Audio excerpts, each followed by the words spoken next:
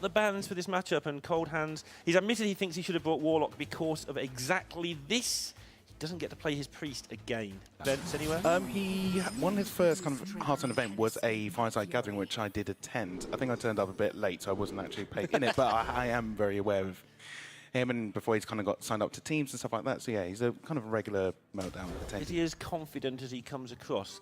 Yeah, he's not confident in a cocky way. He seems to be confident in a I will get good kind of way. I think that's exactly the point. He's not quite there yet. This is his first live event, and like a lot of people, we see myself the last season, and even you see Dan's WF kind of struggling in front of a live stage. Right. We've seen Toast and ColdHands kind of react to that slightly better, but it does affect you more than you'd ever think. Deathsie's brought a new deck. I've never seen this before. What's happening, guys? Well, I think this would appear to be Asmodee's combo priest. It's obviously existed before that, but he's the one who seems to have popularized it in the last week or so.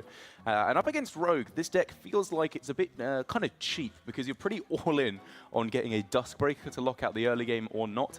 And it looks, for the moment, like Deathsie has at least one, very possibly two, going into the next few turns.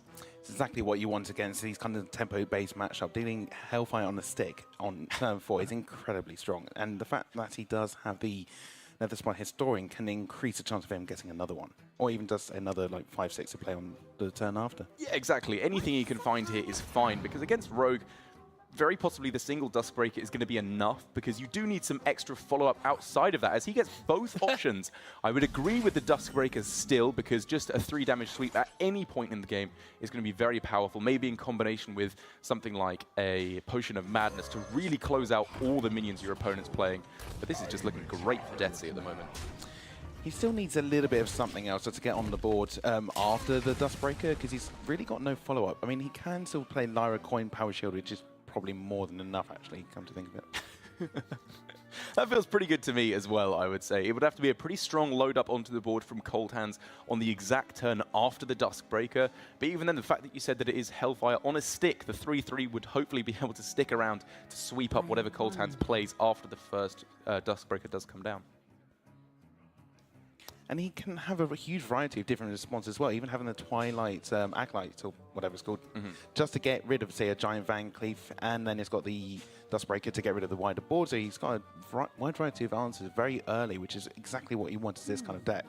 Sometimes you just don't draw the dragons, or you don't have the right pieces to then kind of catch back up, and then you just lose because you don't have the board anymore. That's right. That's very often how this deck feels to me, is when you have a full card of 10 hands, it feels like the strongest variant of Priest, full stop, because you can just almost always clear the board or just kill your opponent if anything sticks around.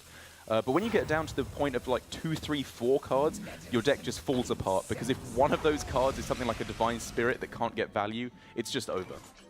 You have the one get out of jail free card where you can Twilight Summoner one of his minions and then Potion of Madness and then kind of kill them with it. Yep. That's often how we see Q blocks getting destroyed by using their own Mountain Giants against. Right. Or even sometimes Stormwind Knight is thrown in for a high health charger to maybe close out the game. But I expect, given how aggressive Deathsie is expecting this tournament to be, he would not be including that in his lineup. But actually, having said that, maybe by bringing this Dragon Priest at all, he's not actually expecting as aggressive of a lineup. It slightly depends, though, because he could be bringing Tyler's List, who he performed very well with having one Psychic Scream and one Stormwind champion. So he might be trying to use that as like turn 7, 8, clear the whole board. They play 1 or 2 things, no longer have a Bone Master target, probably, and then kind of smack them in the face. So it'd be interesting to see whether he goes for a slightly more consistent route, like Asmodee and a myriad of other kind of Chinese-based servants have done well with as well. So here for Deathsie, he did end up going for the Coin Duskbreaker on the previous turn, which is kind of awkward, because the only follow-up then is another Duskbreaker if you want to play perfectly on terms of mana, which isn't great, because then you're killing off your own one. And it means he doesn't have the play of Lyra Coin Power Word Shield, which you pointed out a little while ago, which I actually liked quite a lot as a potential big swing in his favor. Maybe that was too weak to Valsmine? Maybe, but you'd still get immediately 3 new cards. You get 2 from Lyra and 1 actual card from your deck. So it's not as though you've entirely gone all in on a single card. But it is an option. I mean, you can even throw down a circle later on. I like using the Power Shield now. Just get the most value out of it. You can just bump and heal it if you've got nothing better to do. And you really don't need to do anything else. You get to play your Dragon OP on curve, and that's kind of all you need. You can keep Lyra as a you know, plan B later on in the game when and if you need it. And so in this matchup, you just said earlier on that Twilight Acolyte into Potion of Madness is very often the real trick up your sleeve to be taking these matchups. Is that important in this matchup, or will Deathsie have the liberty to use that Potion of Madness a little bit more flexibly? I imagine it's going to be a lot more liberal in this matchup. It's just going to be used to get rid of, not get rid of entirely, but say reduce the stats on a Bone Mare target, maybe a Corridor Creeper. I don't think you need to save it for a massive OTK combo. That tends to be more in the slower matchups where there aren't so many minions, but it's always an option, which you can keep in mind if that's, you know, you're only out to win. And so here for Deathsie, just the straight-up good play of Draconid Operative is available to get himself something from his opponent's deck, maybe a backstab to clear off the whole board here if he was so inclined. But outside of that, are there any real standout cards he's looking for, do you think?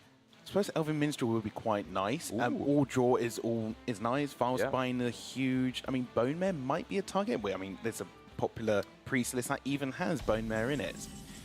Interestingly here, let's go for the backstab, but doesn't use it, which tells me he really wants to save it for either Lyra or to reduce down a Corridor Creeper the same turn as you play a Dustbreaker. That's very possible. I think it's a combination of that, and also just it's going into turn 6, so there's no threat of Bone Mare. So if he can use all his removal on the following turn, all of a sudden, then he's just denying any chance of Bone Mare, because that's looking to me how he would start to be blown out of this game.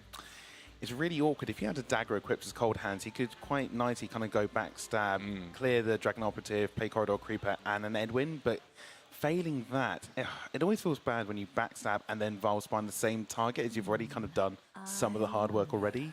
I mean, what do you like going with here? It feels about as bad as Vilespining a big target can do. It's still not a bad play by any means. And I think what ColdHands needs to have on his mind is how can I have the highest chance possible of sticking a target for Bone Mare on the following turn. And Backstab Vilespine feels like a very reasonable way to do so because just on its own, the Dustbreaker wouldn't get the job done. Seems like he's electing to save it for a later play. There's a lot of times where a Twilight Drake is very difficult to get rid of. Even though the health itself isn't particularly the attack isn't menacing, the amount of health it does can be.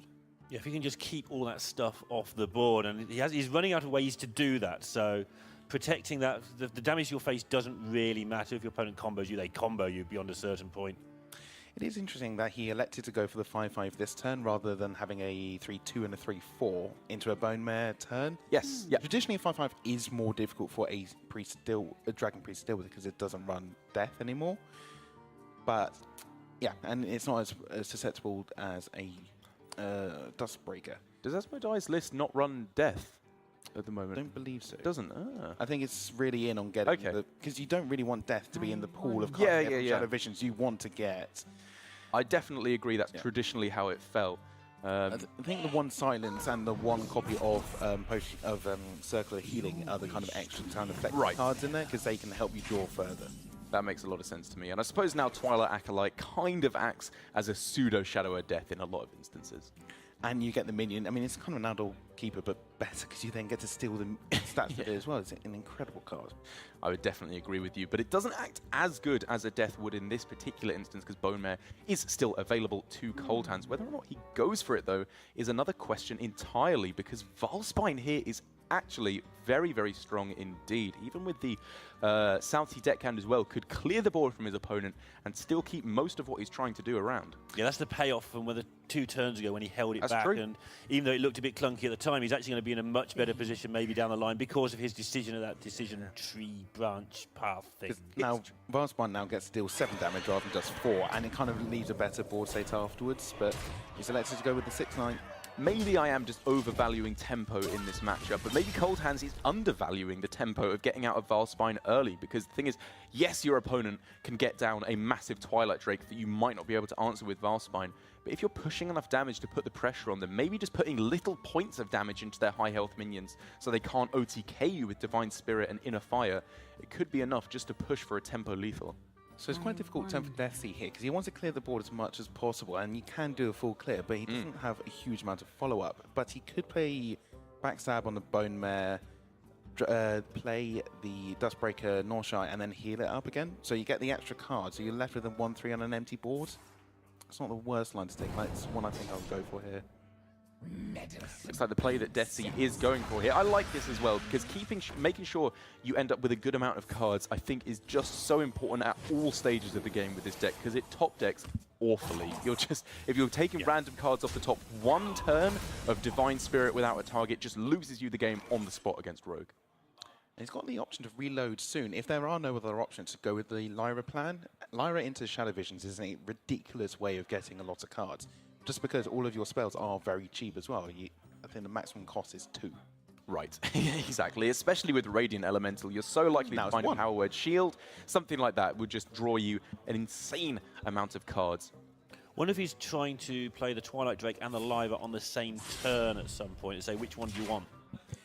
It's often a good way against Rogue is say, well, you can deal with one thing at a time, maybe, if you have the Vilespine, but both is very difficult without Vilespine Shadow Step. I think that's worth considering, but Lyra the Sunshot will get so much value on the turn it's played, where obviously it can't be reacted against, that I think it will probably end up being the play instead. Whether or not it comes down on this turn is another question, because with a Cleric on board and a Circle in hand, there's always the potential for some very ridiculous stuff to occur. Dragon Operative now gives you another option. It is... I don't know, it's very difficult. You don't really want to play the Twilight Drake yet because it's your last dragon if you now play this as well, but I think it's worth playing. Okay. I have to admit, I was looking at Lyra there, but the thing is, because you don't have a way to kill off your opponent's remaining minion, don't pick Eliseth, please. We know it looks nice, but just don't do it. Yeah. Do you think he's going to go for the backstab just to clear off the board? Or now that he's gone with the operative instead of the Lyra, is that even that important? I don't think I like the backstab being used here. Keeping the Norshire around is a really powerful option. He's gone for the Vilespine, which, you know, it means it can remove any minion out of hand that he needs to. Backstab would just be immediate value now. But getting the Power Shield, he can bump it in and circle and get another 2 cards, which is exactly what you want to be doing. It's kind of like Raza Priest in a way, where you just want to cycle as hard as possible. So what he's doing in this particular instance, I suppose, is going for draw from his deck with the Power Word Shield and the Circle of Healing, as opposed to random card generation off the Lyra. Do you think it's more important for him to be getting cards deeper in his deck, or just to generate random Priest cards? It's entirely better to get it from your own deck. In Deathsie's case, he has a deck which is designed to do a combo, which is Divine Spirit, Inner Fire. Right. And you can kill most opponents, particularly ColdHands, when he's only down to 13. He can just get tempered down by minions, so if he can just get that once, that's enough. One thing that's interesting is that he has double circle. Ah, right. So it'll be wondering to see whether he has a Wild Pyro in there to get other healing, to get more draw from a single turn, or whether the circles are just there to keep your high health minions on high health. You can have a 5-6 bump and then heal out back up again. I feel like that's in every case the secondary use of Circle of Healing. It's just not going to do that enough to warrant putting 2 in your deck. Obviously, it's a much more board-based deck than Raza Priest is, but just the vast majority of the time you're using it to get a crazy amount of draw with Cleric in combination, hopefully, with Wild Pyromancer. He's used both Dustbreakers earlier, so he's not going to get a super turn to kind of clear this again. Actually, no, sorry, the first Dustbreaker was off that's my Historian. He still does have 1 more in the deck. Is still 1 more knocking about, and now has the ability to draw pretty much the whole rest of his deck in combination with calm, Ben. double Northshire. You're talking to the wrong guy. I was just going to say, he needs to make sure he gets silent immediately so he doesn't go for Northshire. Obviously, for those of you who aren't watching, poor Big Ben here, my poor friend, managed to burn his Shadow Reaper Anduin. Well, I didn't. Leroy did. Oh, right. Your opponent did it for you. Right. Okay. Well, I didn't have the chance to do it myself.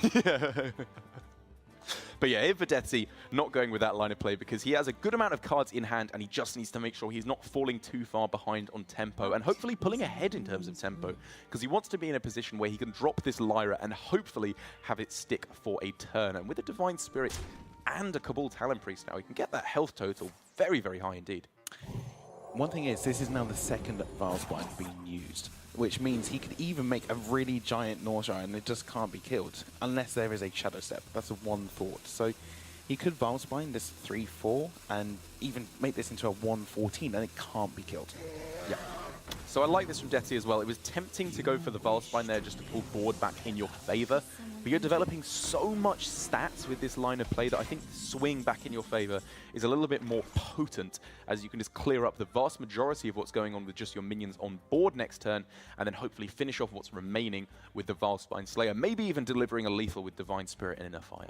Yeah, it's got to the stage of the game where you could say, oh, Norshire, sorry, not Norshire, the Netherspine Siren is now stranded in hand, has nothing to do, but a 4-9 on the board is so much stronger now.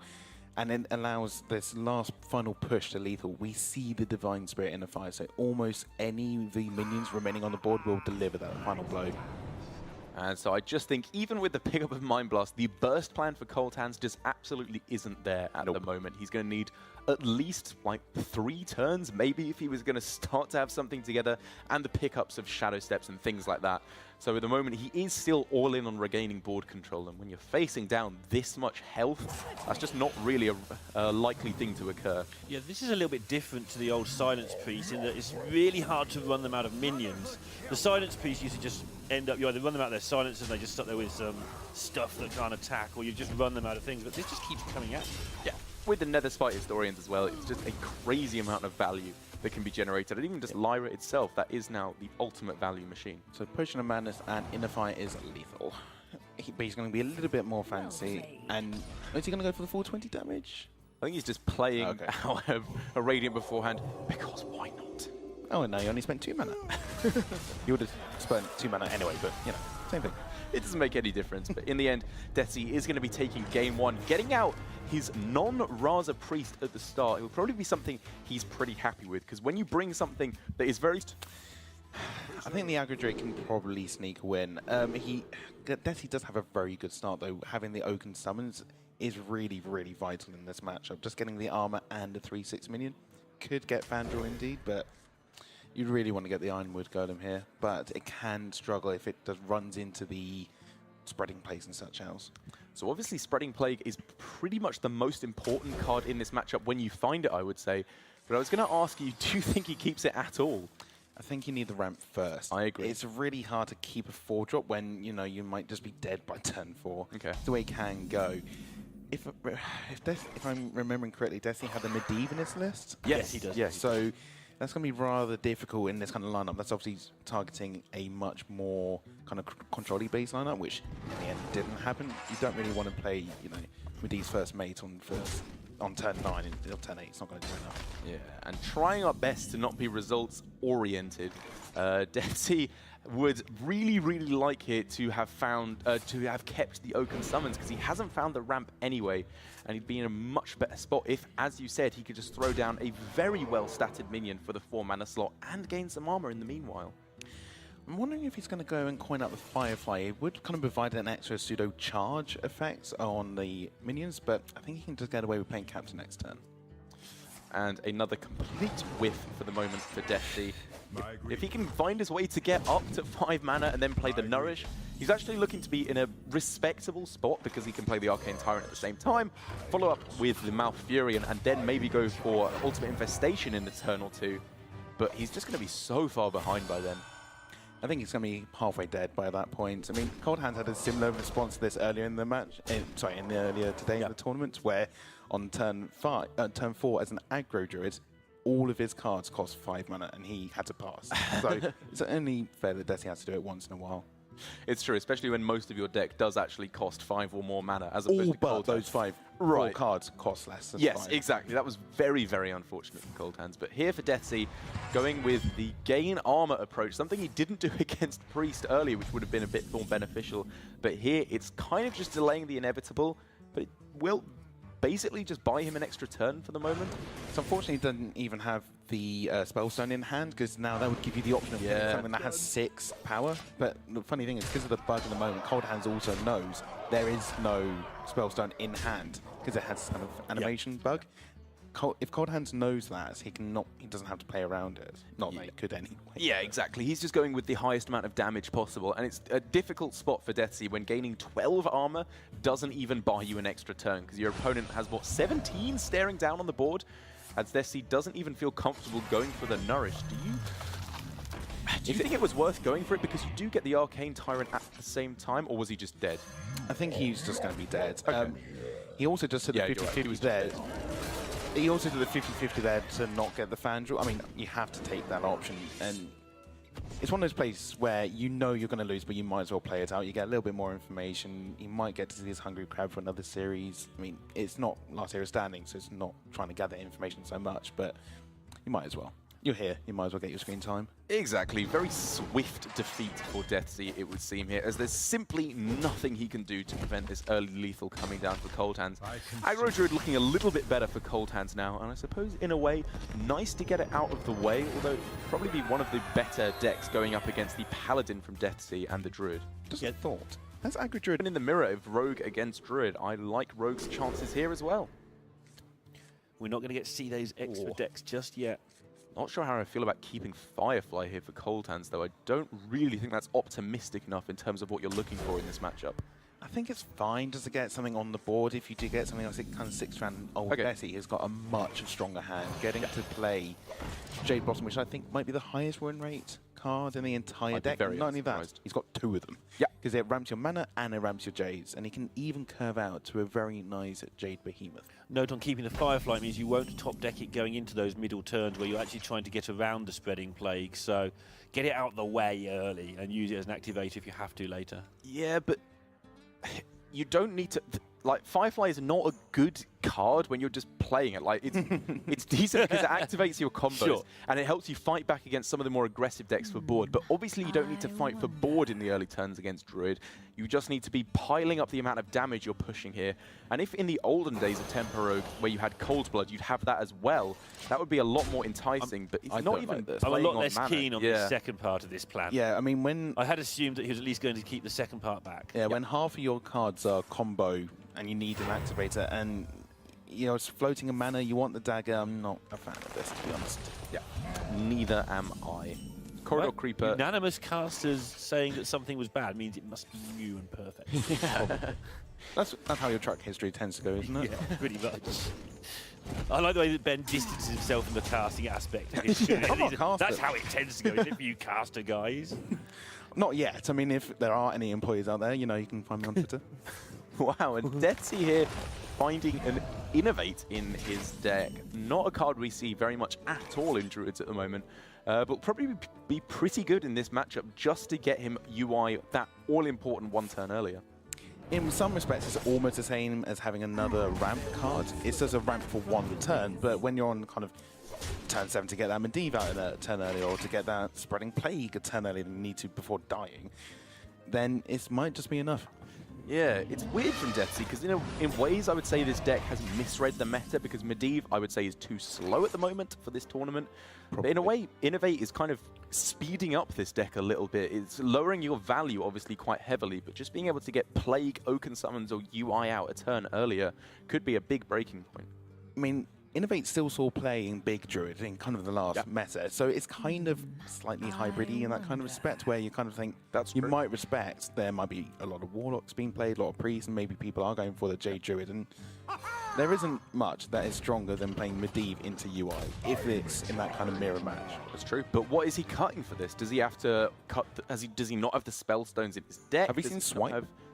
He must be playing Swipe. There's a number of lists that aren't playing Swipe. They're not playing any Swipe. Wow. I'm almost certain he's not playing Wrath, because he was talking about how people have been cutting Wrath himself. So. Yeah, I've seen people cutting Wrath. I've not seen people cutting Swipe. That is interesting. I think WT Bill won the Superstars with no Swipe in his Druid list. Very impressive. So they might just be him, but I think there's one or two guys out there. How do you feel about trading off the... trading off more. He started trading off the bigger minions rather than the smaller ones there. I was getting a little bit scared, but even now he has left up an extra minion that he didn't need to here. Yeah, he has. Do you think it might just be like stage fright slightly? It's just getting to him a little bit. He's admitted that to some degree. Yeah. To an extent, I think it has to be, because we haven't agreed with his lines of play. I haven't agreed with some of his lines of play up against you either in the first series. I think there were a couple of points where he was looking a little bit shaky, and even just his deck lineup, I don't agree with it, because if you're going for an aggro, anti-aggro strategy, why aren't you bringing Warlock as the single best anti-aggro deck in the game? I think he just hasn't had enough experience with the deck, and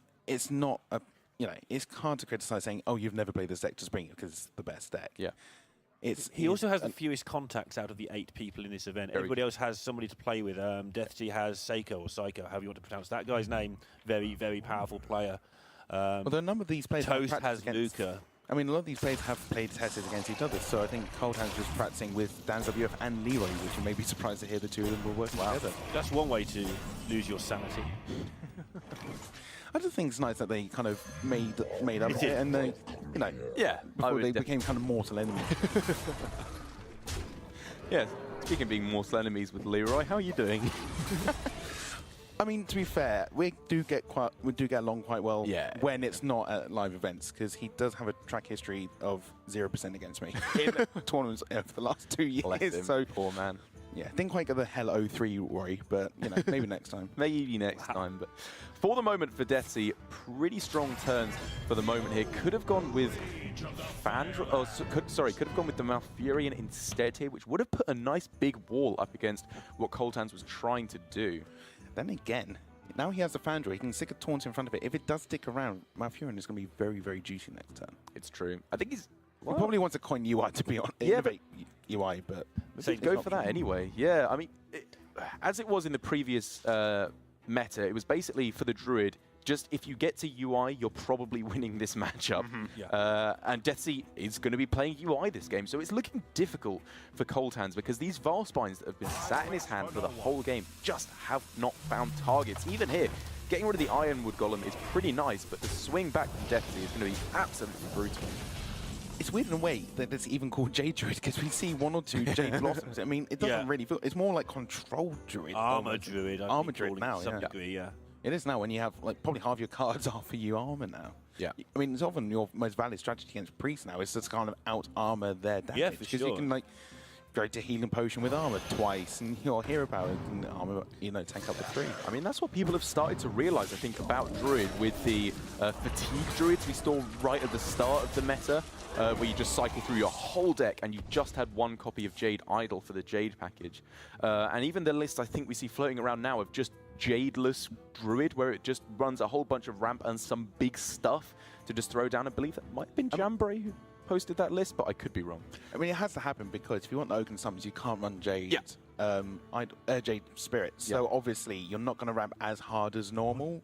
So I think it's an interesting build. I haven't had the chance to try it myself, but it certainly looks interesting. So we do see the swipe picked up for Deathsie. He'll definitely be happy that he has that in his deck. Ouch.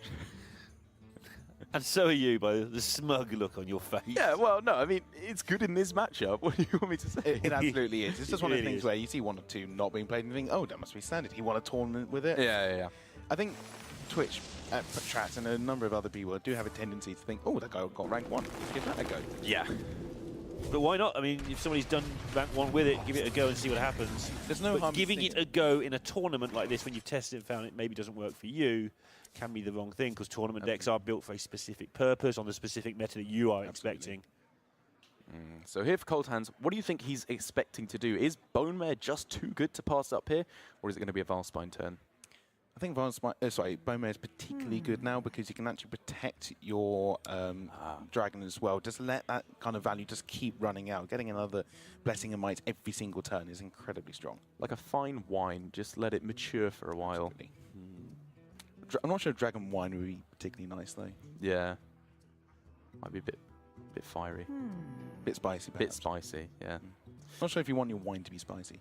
Yeah, probably not. I think it might have gone off at that point. But here, going a bit wider on the board, because bringing a minion up to 6 health, yeah, I still wouldn't have hated the buff on the dragon at all either. Why do you think he's going for this line of play instead? I think it's just trying to kill him. Just with that buff there, can you ever UI again? I know you're going to end up burning a lot of cards, but getting rid of a 10-5 is pretty good. I mean, you can.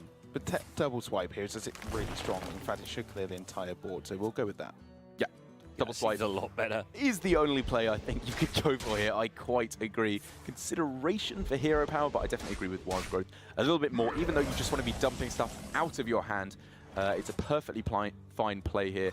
And all of a sudden, what on earth can ColdHands do? Make a nice big Edwin is obviously good, but that's just nowhere near going to get the job done because Deathsie has the Ironwood Golem, he has Malfurion, and he has another UI. Even just branching paths and Oaken Summons gets him way out of range of any kind of damage. So he's kept the Fire Elemental here to have an activator for Vilespine. Now, do you like the idea of just playing and hoping you get a 5-mana card or less? Yes. To play with that, or just get an 8/8? Because how else do you win? I like getting the biggest single minion you possibly can here with Edwin, because this, Agreed. you are jumping on his back and riding to victory here. And he might just break his legs if There's he's only very a 6/6. few cards in his deck that are more than 5 mana Exactly. remaining, so... I think I would like the the Flame Elemental coming down now. Even if you do get a more expensive minion, you'd want to play a Bone Mare, Yep. and if it's unplayable otherwise, you can just Starfire. And It is try playing around a little bit around the second spreading play, but again, you're not beating that anyway, I don't think, at this point, so... True. Yeah, it's probably more spreading plague, you're right, because even if Corridor Creeper does come down, you can trade some stuff off, and then it's still an activator. And even if not, Starfire is looking to be a respectable turn anyway for ColdHands on the next turn. Do you like the draw here? Feels a bit low tempo, doesn't it? I think I like getting the Death Knight rolling. I mean, he's obviously gets to get the Arcane Tyrant out now, doing it this way, but I really like getting that kind of extra value from your hero power turn after turn after turn. Just getting to tank up, particularly, is just really strong. It's interesting because in his match against Leroy, the one thing we said about Deathsie's play was we felt that maybe, we didn't know where, because obviously it's hard to reconstruct all the turns in your head, but we felt that maybe the Death Knight could have come down earlier in that match too. I mean, in the end, I think Leroy managed to do about 48 damage. Yeah, in a it didn't single turn. matter as it happened. But you say that in hindsight, if you actually watch it back and he could have played it, say, 5 turns earlier, that's an extra 15 armor, which you can build up over time. Yeah, I would definitely agree. And for ColdHands here, the ability to deliver 17 damage, if I'm counting up correctly, with Leroy into Vilespine, obviously, slamming everything to face. But the thing is, even though you're pushing a tremendous amount of damage with that line of play, do you think you ever make it over the finish line? From ColdHands' point of view, he has Starfire. And we see Deathsie would only have, say, hero power right now, which would take him up to 5, which would be the magical lethal point. However, this is now Armor Druid. Yeah. He's going to have some amount of it in his deck, but is it the one way you could potentially win? It might be worth it. You could even trade off the Whelps with some of the other minions you have on hand. Because the problem is he can't play these 2 minions at the same time. Yeah, that's what I'm looking at. And he's just wasted basically 4 mana here. Because obviously he got to get in a hero power. Okay, so maybe he's just wasted 2 mana. But even so, just being able to play everything, all the important stuff on the same turn, makes such a big difference. We do see Spreading Plague, though, which is going to be the difference maker going forward here. This gives him enough time to probably play a UI the turn after. Are there any other options this turn? You can even buff the attack of those taunts and then actually contest these minions going forward. That's a good point. I was looking at Oaken Summons instead, I believe. Are there any minions left for it to pull? I think Fandral might be left. No, Fandral definitely came out. Oh, Fandral came out. Because Okay. we were talking about it with the Death Knight. Ah, good point. Good point. Yeah, I think there might actually be no minions left in the deck to summon. So in that case, branching paths, maybe 1 for armor, 1 for plus attack. I don't know. It's probably a lot better having at least 1 extra attack on these boards. I don't know. I kind of like. It might be safer just to go for 1 armor. I'm a spooked player. I suppose. I mean, to be fair, if you armor for 12, how do you lose anyway? So it's entirely possible that you don't even need them. So yeah, probably going for the hybrid of the 2 options gives you the best options going forward. It even gets to upgrade your Spellstone, which is one reason why I quite like. You could go for an option of playing both. Never mind, Keleseth's here to save the day. Nice 17 turns later. Too late. It's one thing being fashionably late, but this is a little bit beyond that. Yeah. This is just turning up to your friend's wedding in 2018 as opposed to 2017. Yeah, you just read the wrong days. Yeah. It's like in the month, and you got the American date and the British date the wrong way around. Exactly. I mean, who would make a mistake like that? It's like tweeting out about the ESL PremierShip finals and saying it's in 2017 instead of 2018. It's like Who in their Darren right trying mind to would catch do a that? flight. It wasn't my fault, all right, mate. The trains in London suck. Don't say that. They'll put it up another 3%. I have to put up with this. It's all right, they have 3% more strikes. It's all balanced out in Oh no, not this again. So here for Deathsie, just closing things out, it would seem, for the moment. He can put up more taunts, gain more armor. He just needs to make sure he's clearing the board, and he should be just fine. Because now that Leroy has come down, the ace in the hole that could potentially pull this back for ColdHands is really done and dusted. Yeah, I think at this point, just slamming another taunt, you don't even need to play the Death Knight. It's entirely an option, but just keep the board clear and you will just eventually win. Yep. There's nothing that ColdHands can do in this instance, apart from, what, another Swashbuckler card, maybe into Vanish? Oh no, wait, he's playing against the Druid, he is the Rogue. Again, GG, I was the rogue. Yeah. Druid doesn't have good removal to steal. That is play it one of the in the deck. intrinsic problems of the deck. It's not against Warlock where you can get Twisting Nether or Doom, but... Doom would be good right now. except you wouldn't be able to play it. So you've got to get except you wouldn't be able to somewhere play it. turning your opponent into a Warlock first, and then we're good. Are we going to go down this 5-bat rabbit hole of finding the final ultimate way of fighting it? That's going to be it. I think Deathsie- ColdHands is not going to take the 5-bat route.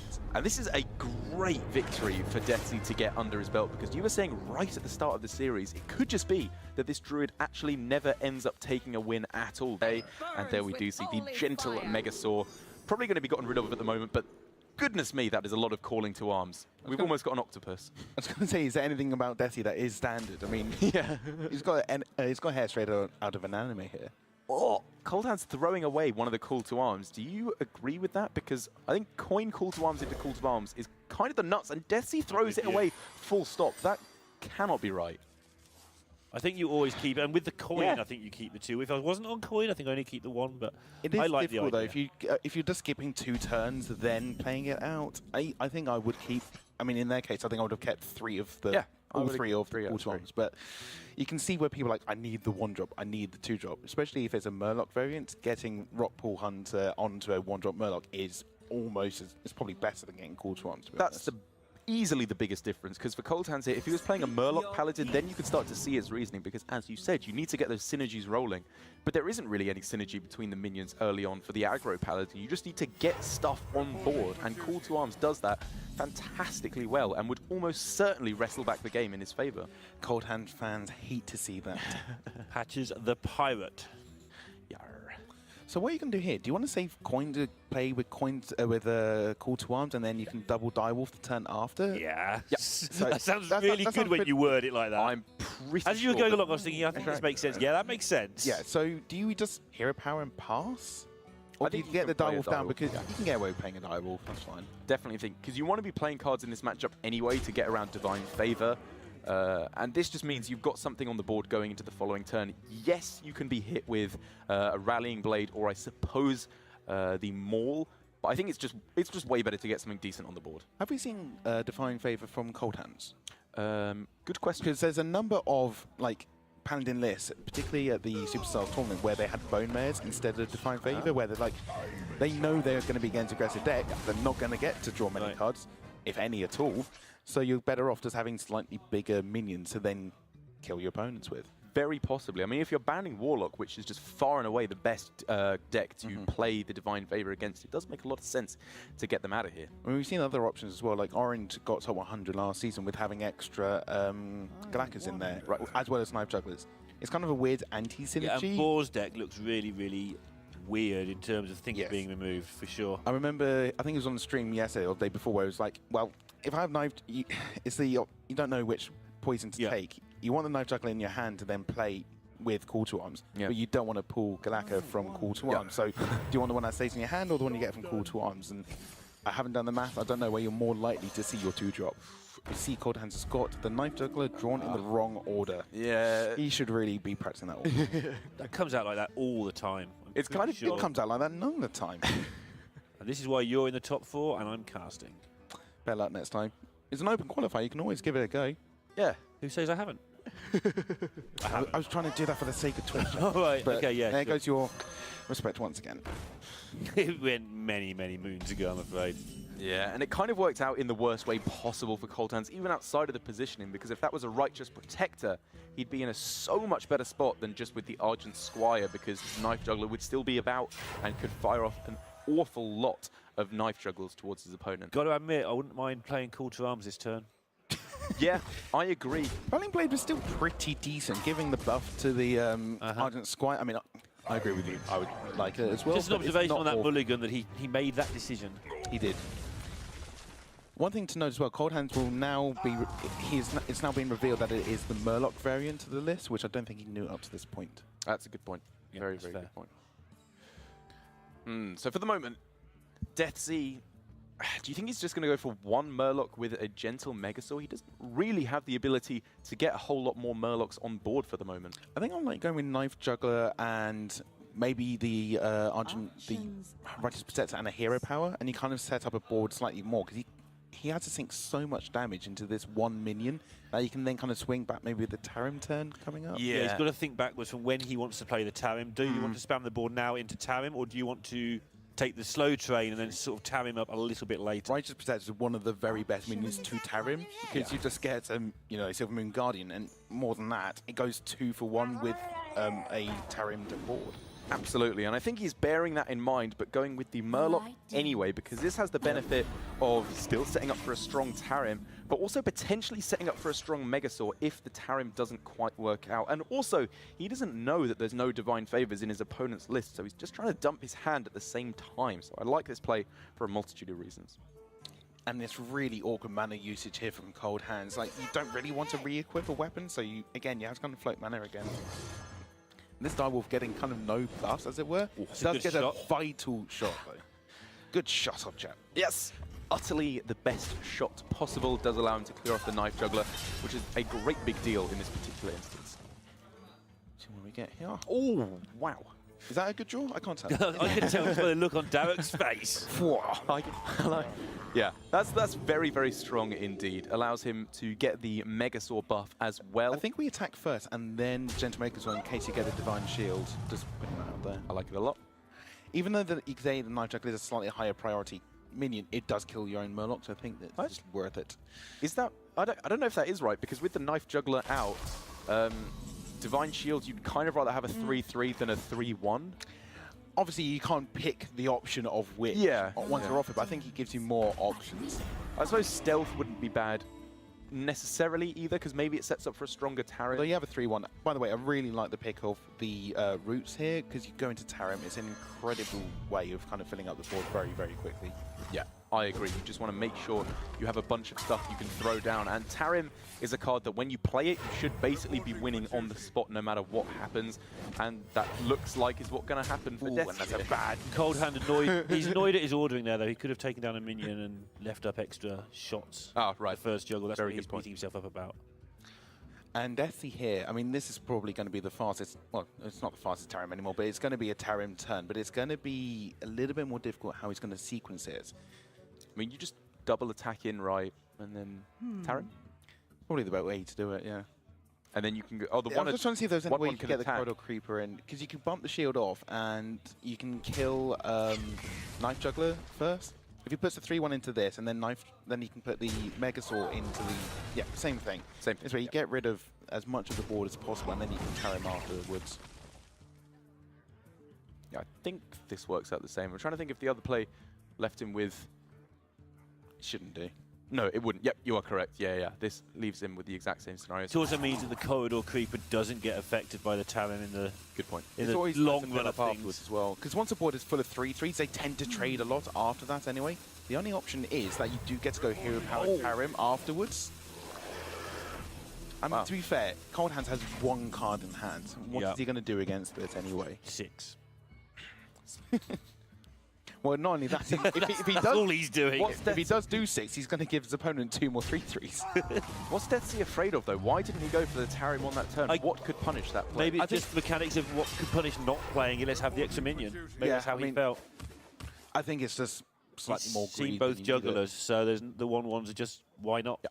Is there Now a he can counter play the Tarim dude. that could have done That's what I was looking at. Maybe bringing his Tarim down to a 3/3. But the thing is, ColdHands can't even Hero Power in addition to that. Throws up his hands. He knows that is the single card that just loses his in the game on the spot. That's looking like he's going to throw it down. I think ColdHands is going to be going home. I mean, it's hard to say, oh, that he's just gone 0-2 on stream. It is an incredible thing to get to this stage of the tournament in the first place. He's played against, we've had George C in this, we've had Jambray, we've had quite a lot of big names in this tournament, and there's something to be said for getting experience in front of a live